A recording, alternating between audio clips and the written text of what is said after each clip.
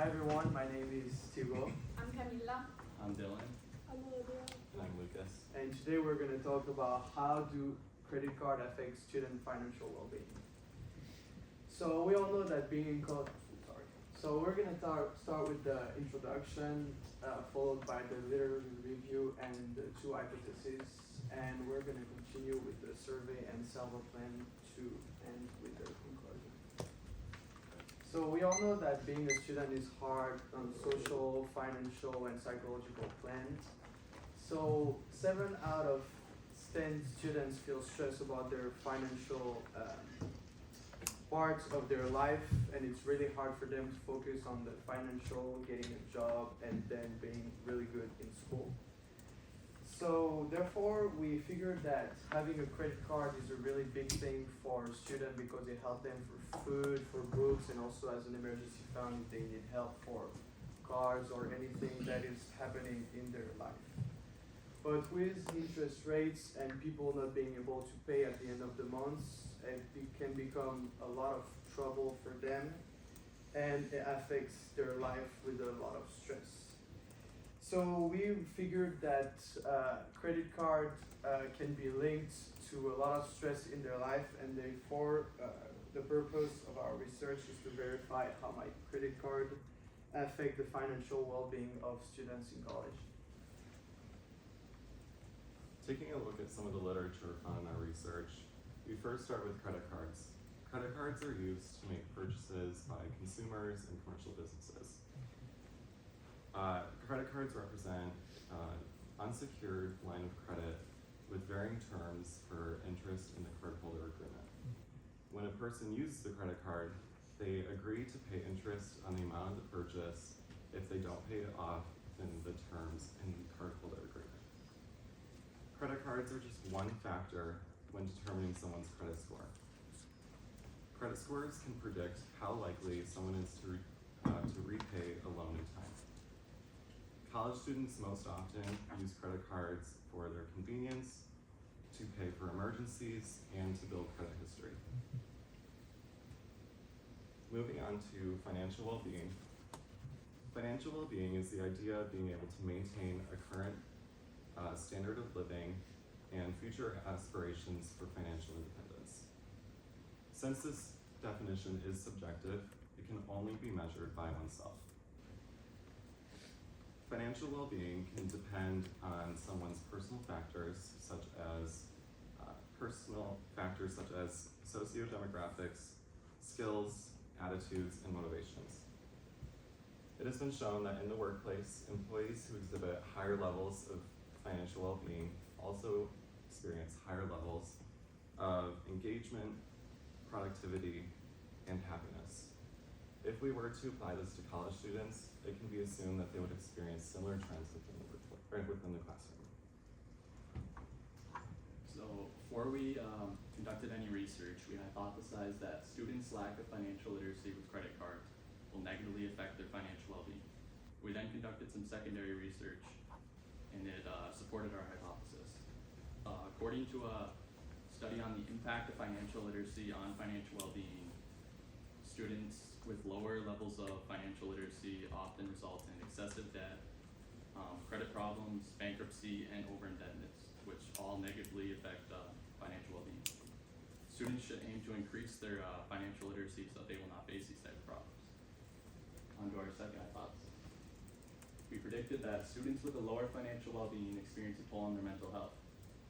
This was supported by a study done by the National Library of Medicine, and it said that 91% of students with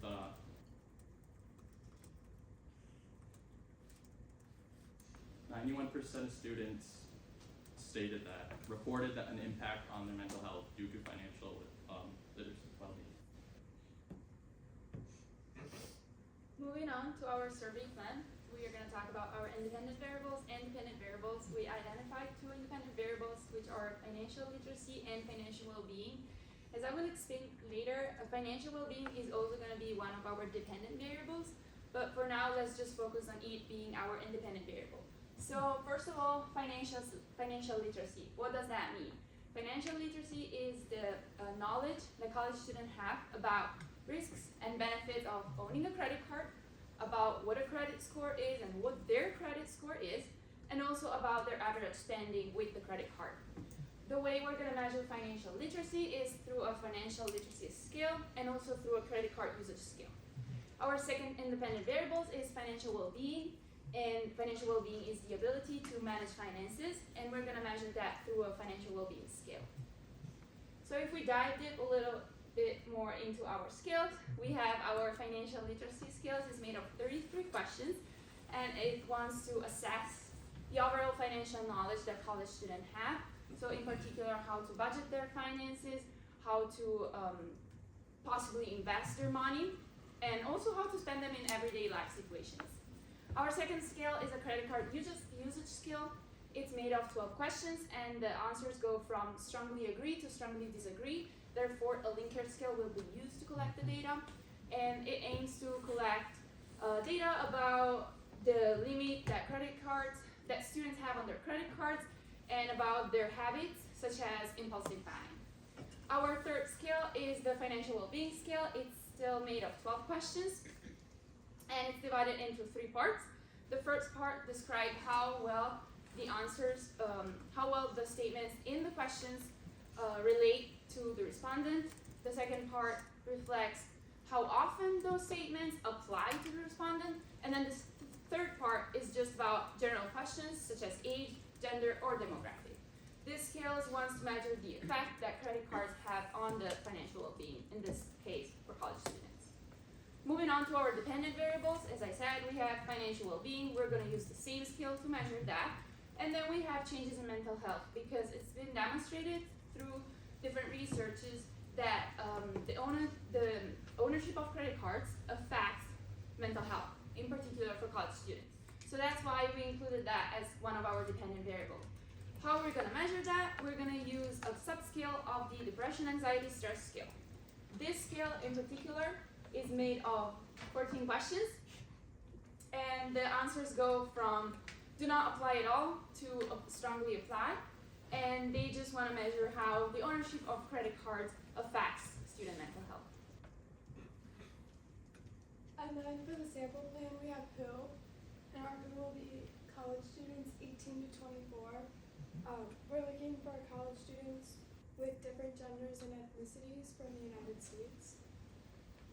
And then our where is college students in the United States, and this is to examine the effectiveness of their credit card usage for their financial well-being.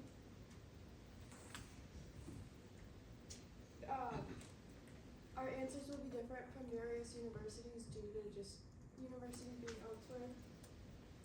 Our survey will be administered through the Qualtrics program provided by Northern Michigan University. By sharing our link to social media through Instagram, Facebook, and Snapchat, we will be able to create our data.